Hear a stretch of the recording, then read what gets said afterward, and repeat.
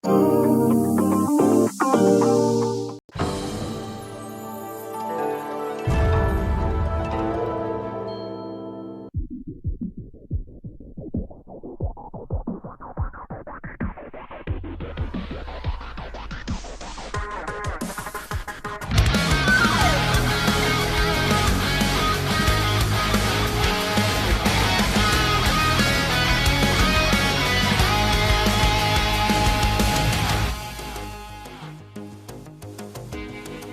越迷惘的地界，握紧生死的界限，我望向这黑夜，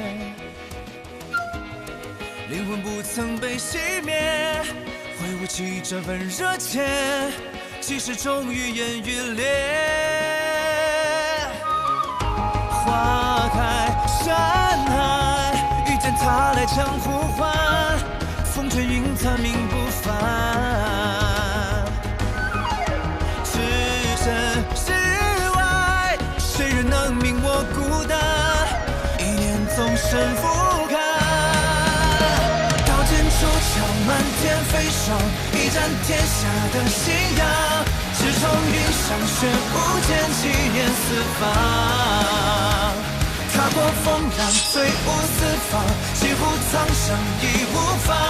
青山之巅，你我共这一世狂。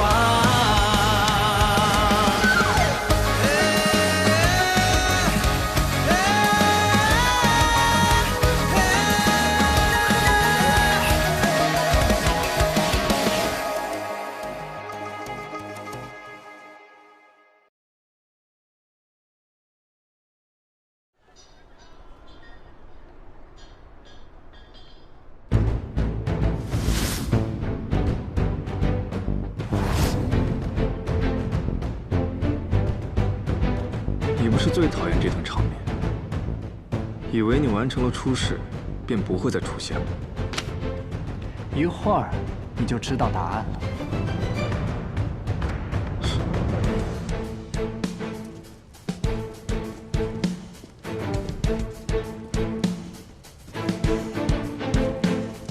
哎，雷兄，你说这次中试，谁会震惊全场？叶鼎之、叶落霞，还是那个会奇门遁甲的高手？这些选项中怎么没有你啊？你让我怎么选？不愧是自家兄弟啊！那我再问你一次，你说这次中试谁会震惊全场？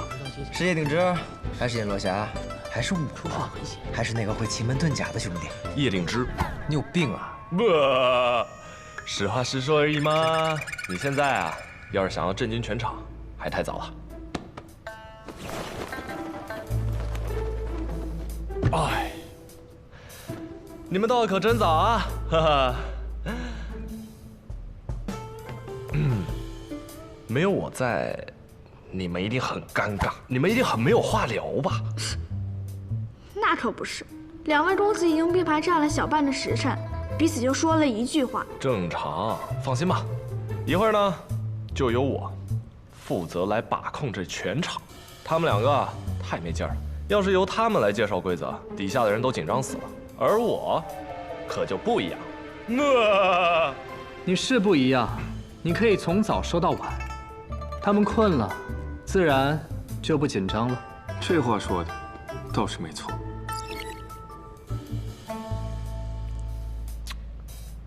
行了，你们16个人现在就算是进入我们学堂的中试。根据我们中试的规则，你们必须4个人分为一队，一共分为4队，每一队拿到一条线索，然后你们得根据这条线索去找到最终的事物。谁先找到这条事物，你们就可以拜入学堂，而师傅就会在你们4位中挑选1位成为他的关门弟子，也就是我们的小师弟。当然，仅凭一条线索就要找到最终的事物可不容易。如果你们能凑齐4条线索，相信答案将会清晰明了。所以啊，打败其他小队，夺得他人的线索，才是你们胜利的关键。那靠什么组成小队？需要抽签吗？自己选吧。自己选？可是我们并不认识啊。要不咱俩一起？你们确定这段时间还不熟悉彼此吗？谁的剑术好，谁的毒术好，谁的轻功好，谁又最难对付？难道你们没有调查清楚吗？你们所有人的名字，你们所有人的来历，查得到的，查不到的，大家心里没数吗？一个个都是聪明人，别在这儿装单纯了。你们啊，有这闲工夫来这儿抱怨这些事儿，还不如早点选择自己想要选的人。毕竟时候不早了。周末，你提点的太多了，半个时辰，开始吧。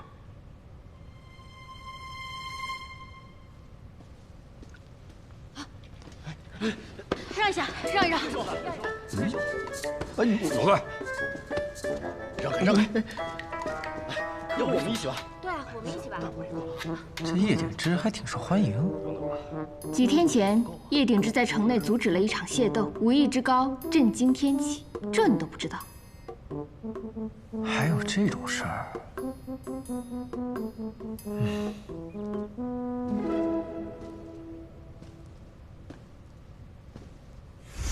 小姐，是否愿意同我组队呢？是他。虽然我从未见过他的真容，但机会奇门遁甲，气息如此相似，不会有错。他若来了，事情便麻烦了。怎么，小姐另有打算啊？我若是另有打算，你莫不是会有意见？自然不会，只是希望殊途同归，能在终点跟小姐相见。现在可麻烦了。等等吧，叶兄，叶公子，再考虑一下吧。真去考虑一下。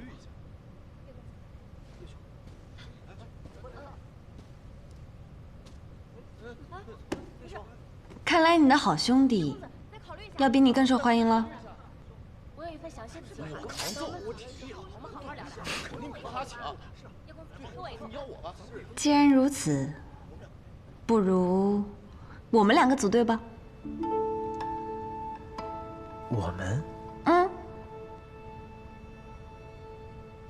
姑娘，其实我第一次见到你的时候就想问你，我们是不是曾经在哪里见过？你是不是因为这个选的我？你不要多想啊，我选你呢，只是因为你长得好看。长得好看的人呢，就该跟长得好看的人在一块儿，这是盘古开天辟地以来亘古不变的真理。我看了这一圈考生，对你很顺眼。虽然这么说没问题，但是叶公子，再考虑一下吧。真去考虑一下吧。叶公子，哎，烦请各位让一让，多谢各位的抬爱啊！但是我已经有我自己的选择了。叶公子，多谢多谢，我选。考虑一下，叶兄。叶公子，想不到你会选我。哎，请让让。我选你。哦，你为什么选我？你长得好看。行吧，你也不错。我听你们说，长得好看的人跟好看的人在一块儿，那个诸葛云长得倒是不错。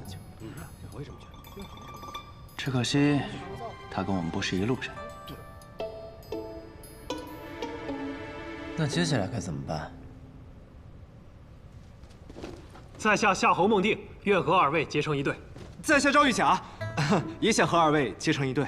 我知道你是那个变戏法的。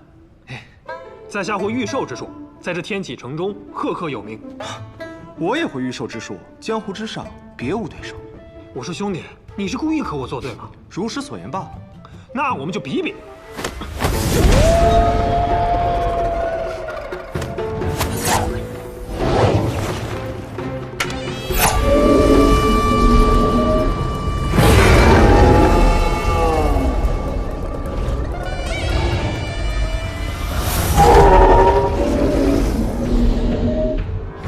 狮子诀，他来自望城山。这一招我还是第一次见。看来这一次考生，真的都是卧虎藏龙啊！这玄门的高手都来我们大考凑热闹，看来我们学堂的威名已经震慑天下。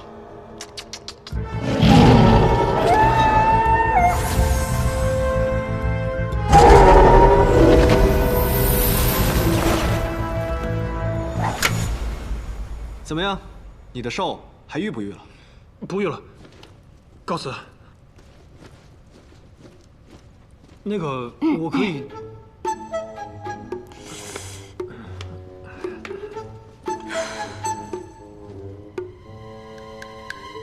我不止会变戏法。告辞，告辞。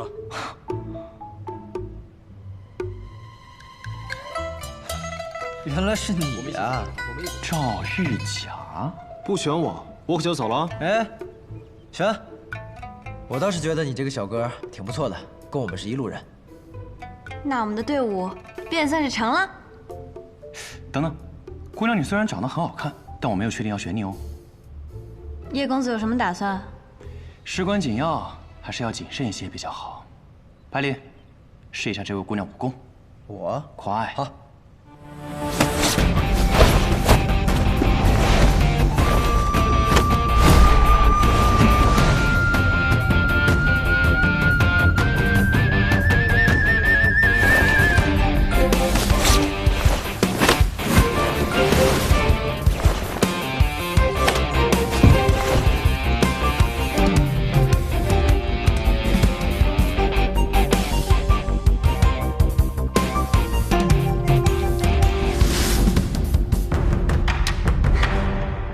你的轻功不错，比那天好像要快了一些，不是普通的三飞燕。这是我自创的，叫一醉千里。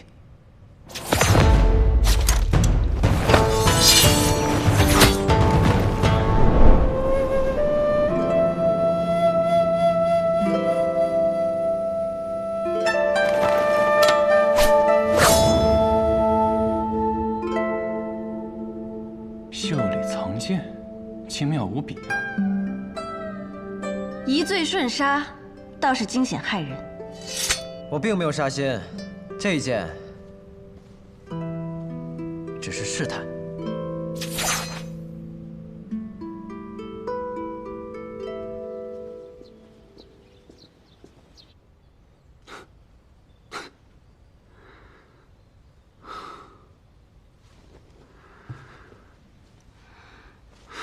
做梦啦？梦到东君了。哦，梦到什么啦？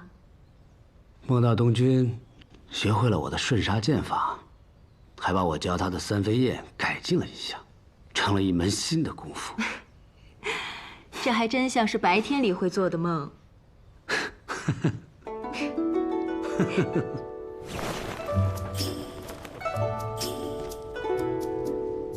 百里小公子，我这一招袖剑可算是过关了。我都告诉你了，我只是试探，过没过关，你问他。姑娘，学堂中事凶险无比，自然要选择有一定实力的队友，不要怪我。从此刻起，我们便是队友了。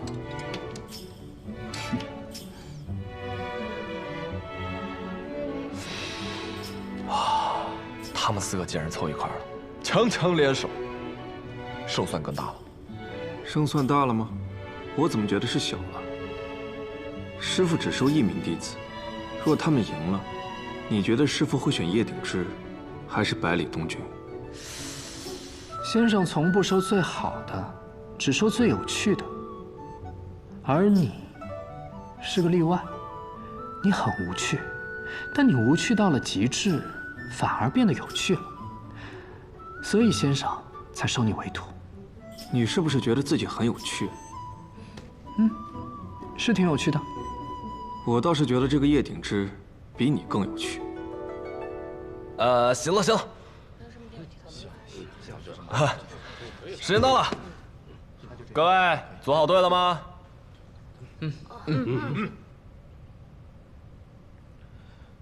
那我们下一场比试的场所会在哪里啊？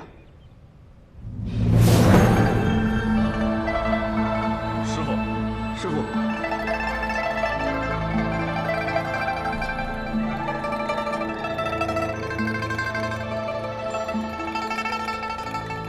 下一场比试的地点便是这整个天启城。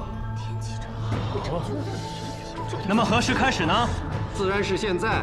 你们的百里小公子还着急考完试赶着去喝1月1次的秋露白呢。你还知道这个？我方才去了一趟碉楼小筑，取了这个月的最后一盏。哎呦，糟了，你恐怕喝不着了。嘿，你这老头，小心我给你抢过来！不可对先生无礼。哎，没事没事，少年不惧江湖老，这不是挺好的吗？嗯，好，那我便静候诸君了。他真是不给人一点喘息的机会啊！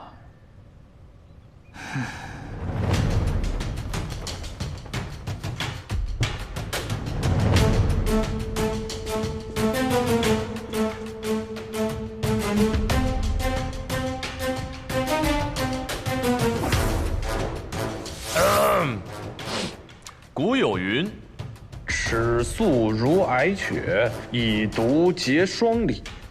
欲知心底事，还取府中书。”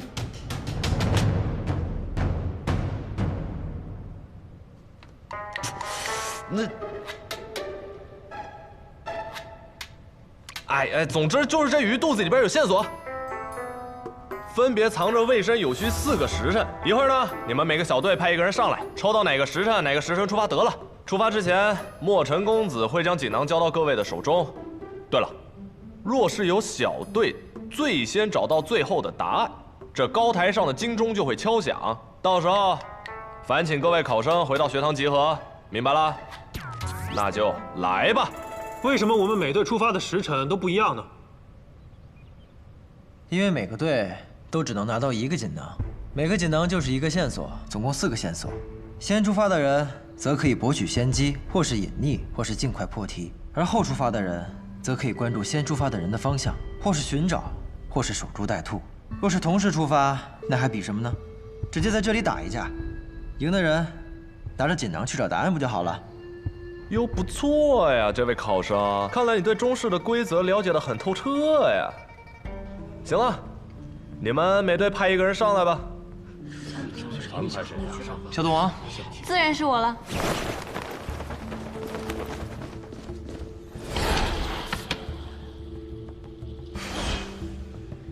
抽到未时的人是最早出发的那一波，可抽到戌时的人还要等3个时辰，在这3个时辰间，他们就可能已经找到答案，所以比试现在就开始了。申时，不错，率先出发难免会沦为众矢之的，申时不失为一个更好的选择。不愧是小赌王，厉害！你还挺会拍马屁的。你一定单身吧？闭嘴吧你！你说魏时会是哪一队啊？魏时，这儿。魏时。酉时。戌时。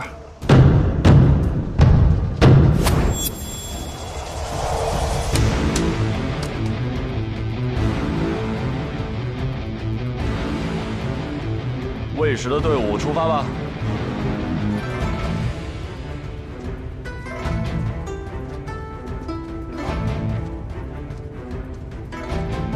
好可怕的对手，真是令人担忧。你有什么好担忧的？你又不用考试。赢了的人会成为我们的小师弟，可我不希望跟我们做师兄弟的是这个人。连我这样的师兄，你不都忍了这么久吗？我才是师兄。行，你是师兄，本来就是。你自己疯的。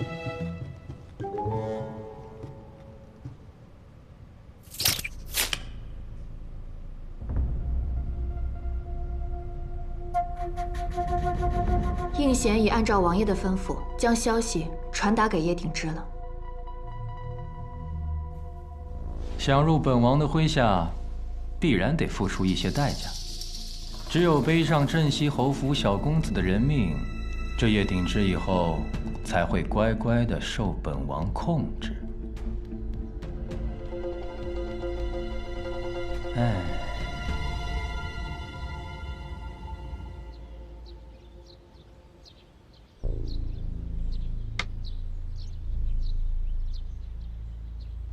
弟弟，你觉得这次大考中，谁会成为你的小师弟啊？兄长什么时候也关心起学堂之事了？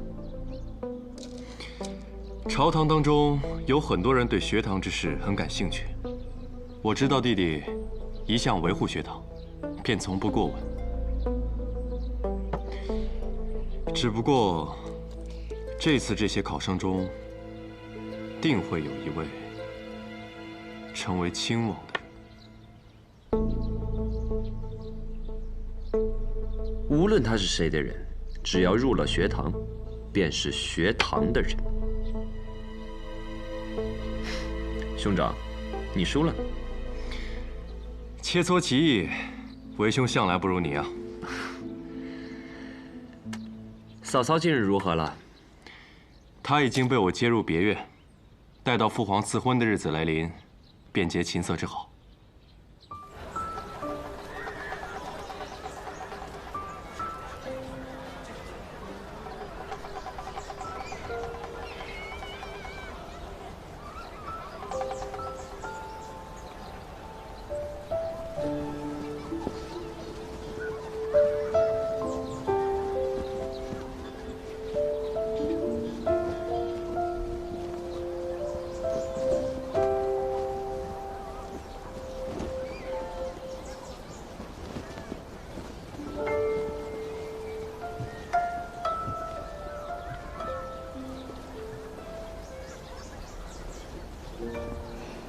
师兄，外面可真热闹呀。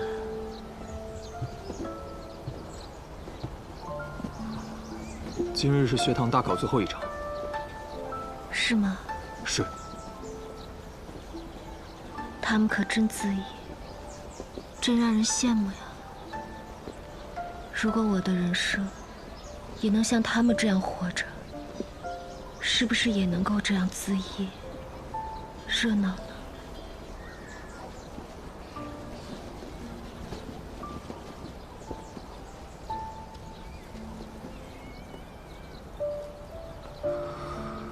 师妹，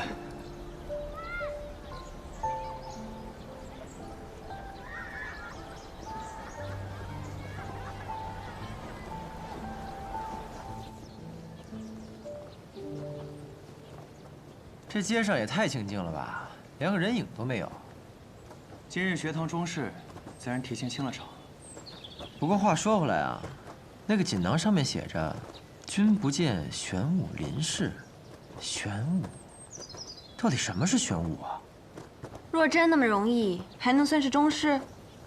玄武应该是玄武楼。玄武楼，不错，天启城最有名的藏剑阁之一，归属学堂所有。天启城还有藏剑阁，这么厉害，我怎么从来没听说过？小公子，你这么没见过世面啊？家教严，家教严。那便出发吧。 大家已经出发了，再不走就来不及了。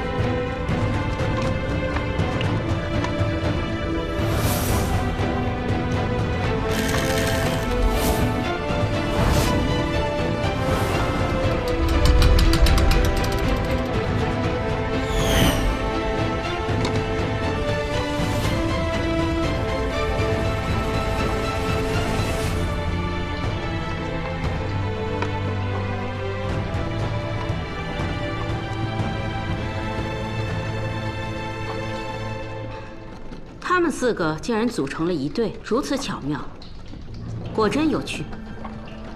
更有趣的是，这4个人都很有来历。有消息了。尹落霞，前赌王尹顺水之女，也是如今的赌王。她母亲是罗阳侯唯一的独女，因受不了好赌成瘾、四海为家的尹顺水而离开他。尹落霞一直跟着他父亲尹顺水，他的武艺一半是跟他父亲学的，另一半是跟他父亲的3个朋友，也就是江湖中的吃喝嫖赌4大邪徒中的另外3位。尹落霞身份清白，跟随父亲隐居后很少离开，也从未与天启城任何人接触过。他真是尹落霞？他上次露面还是志同模样，不过根据我们掌握的信息，有7成可能。其他人呢？叶鼎之，江湖散人，在有揭露的行迹中，他第一次被人发现是在南爵，后来四处游荡。不过他应该是北陵人，并且他很有可能是因叛国被满门抄斩的叶羽将军的幼子。他被偷梁换柱换了出来。他在南爵境内被人发现时，跟在一个人的身边，那个人是他的师傅。是谁？南爵第一高手剑仙羽生魔。哼，南爵第一高手的徒弟，竟然拜师学堂李先生，看来是想做天下第一高手啊。不过他和叶羽的关系是如何推测出来的？仅凭一个姓氏和出现的时机，未免有些牵强啊。当年叶羽将军叛国，乃是一桩冤案，而在背后陷害叶羽的，就是当年刚被封王的亲王。日前，叶鼎之和亲王有过短暂的接触，所以他应该是叶鼎之，但尚未确认，存疑。那赵玉甲呢？没有。没有。没有的话，就只有2种可能：一是这个人是凭空冒出来的，二是这是个假名。这个赵玉甲是个秘法造诣的高手。我们虽然没有查到他，但是我们查到了秘法宗门魁首望城山掌教吕素贞最小的弟子赵玉珍。据说他是望城山100年难遇的天才，但自从上山之日起，就再也没有下山过。所以说，这个赵玉甲很有可能就是赵玉甲。妙啊！而且这个赵玉甲有举荐人。你能单拎出来跟我说，那就说明他这个举荐人来头不小。比萧若风如何？赵玉甲的举荐人是学堂李先生。是吗？那还真是有趣啊。诸葛云呢？诸葛一族的隐秘地依然难以寻觅，不过也有迹象表明，诸葛氏已经被灭族了。但或许真的有族人能够逃过那场灭族的屠杀，也不一定。于是我们便想找到举荐诸葛云来此的学堂长老一探究竟，结果却发现什么？他已经死了。死了？没错，而且是他杀的，死在了云游至北面域外的路上。但这个消息还没传到学堂，所以学堂并不知道，就连我，也是刚刚才查到的。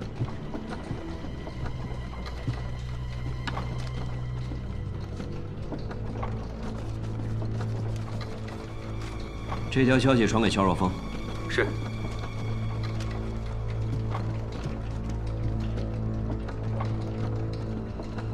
北境域外，诸葛。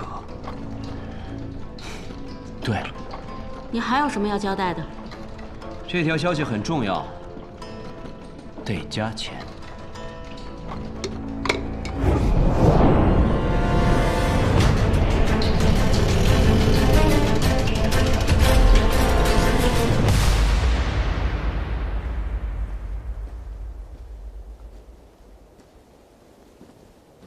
无座尊师，他们不好对付。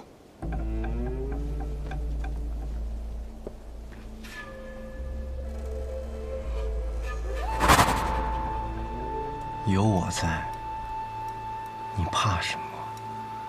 那2尊师，我已安排妥当。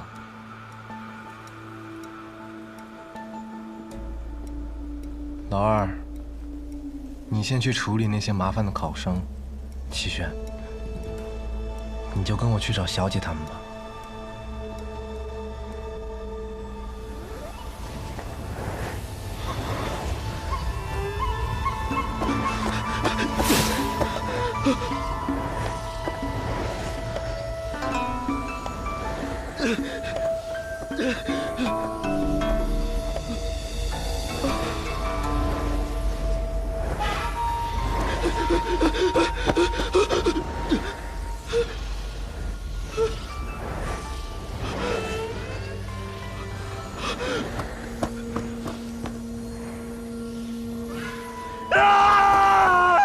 诸葛云，我们明明是队友，理应在中事中相互扶持，你为什么？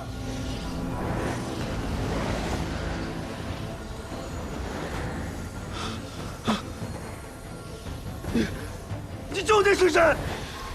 诸葛一族不是以侠义著称的吗？怎么会是你这般的恶鬼？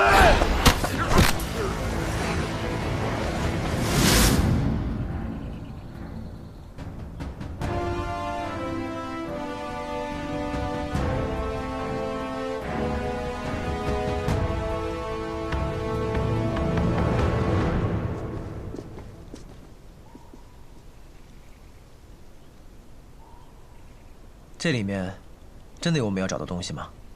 进去看看。这玄武楼有古怪，诸位还请小心，千万不要离开我1丈之外。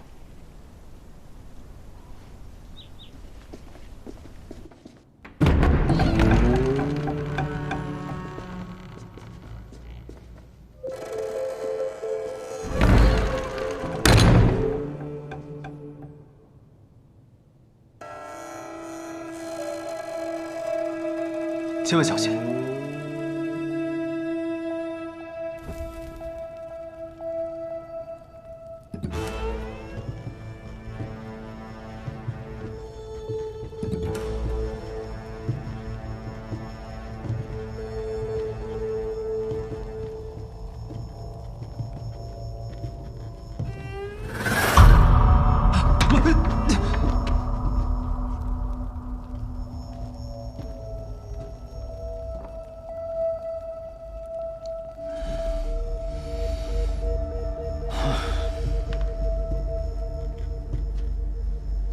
小心点。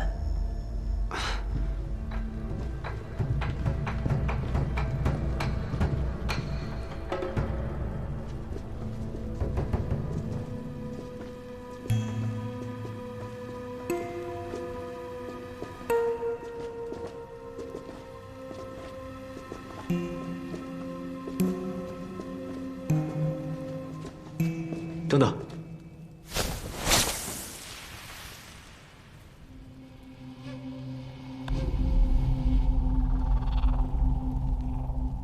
红螺寺的盘龙寺。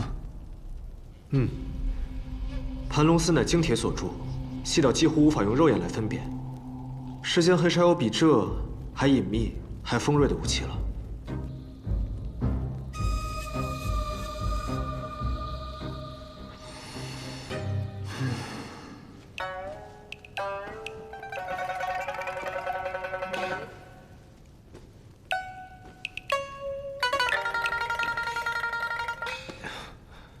你们怎么不走啊？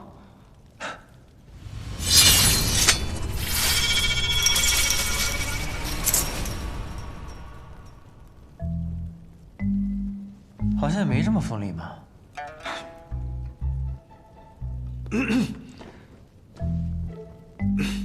你这可是仙宫品的剑，而这只是最普通的盘龙丝。还有不普通的盘龙丝？那你就得自己去问红螺寺星下的人了。走吧。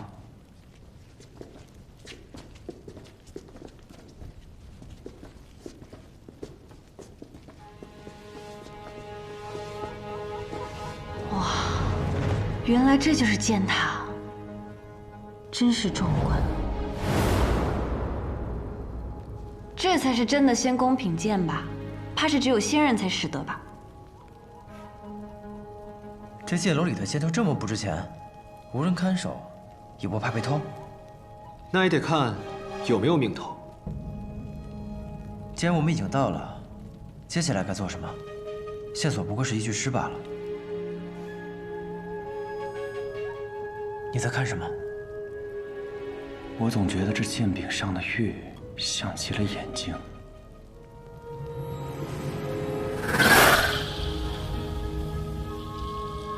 你看到了吗？还是我眼花了？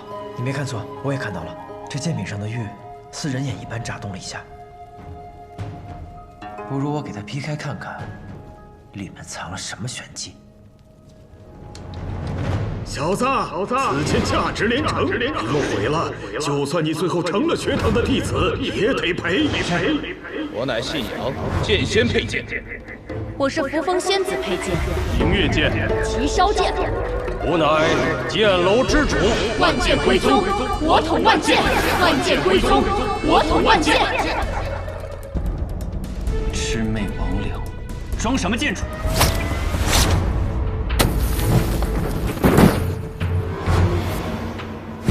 君不见，玄武万剑，天下众魔何敢敌？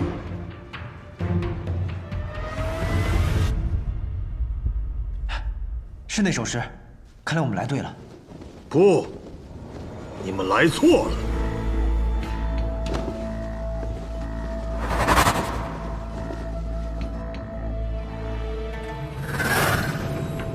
双瞳。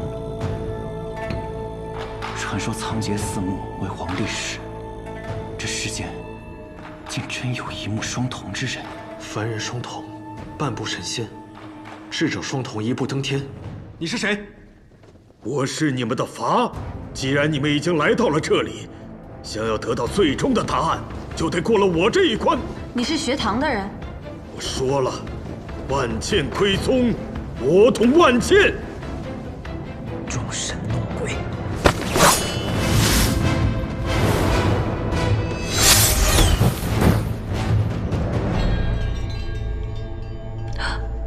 小心，现在敌人在暗，我们在明。大殿一片漆黑，我们看不到他，他也能看不到我们。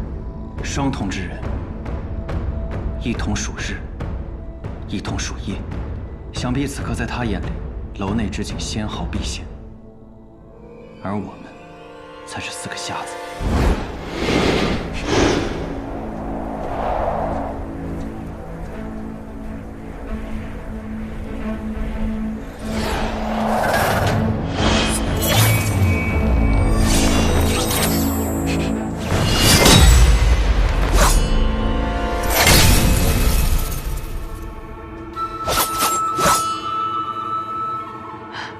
我听风辨位也修了几年，但现在我却找不到他的位置。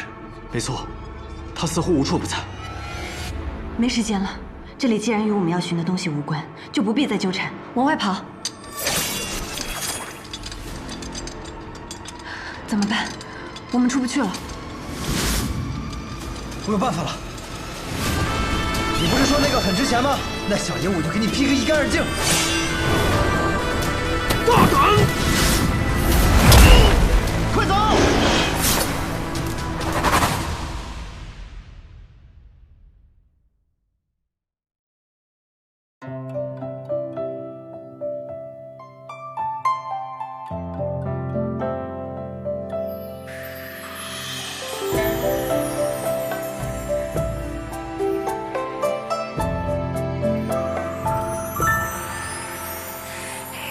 片轻轻微风，绕心游弋。听波半湖泛涟漪，人教春泥。只听枝桠攘攘嬉戏，在风下喃喃细语。月下描摹花。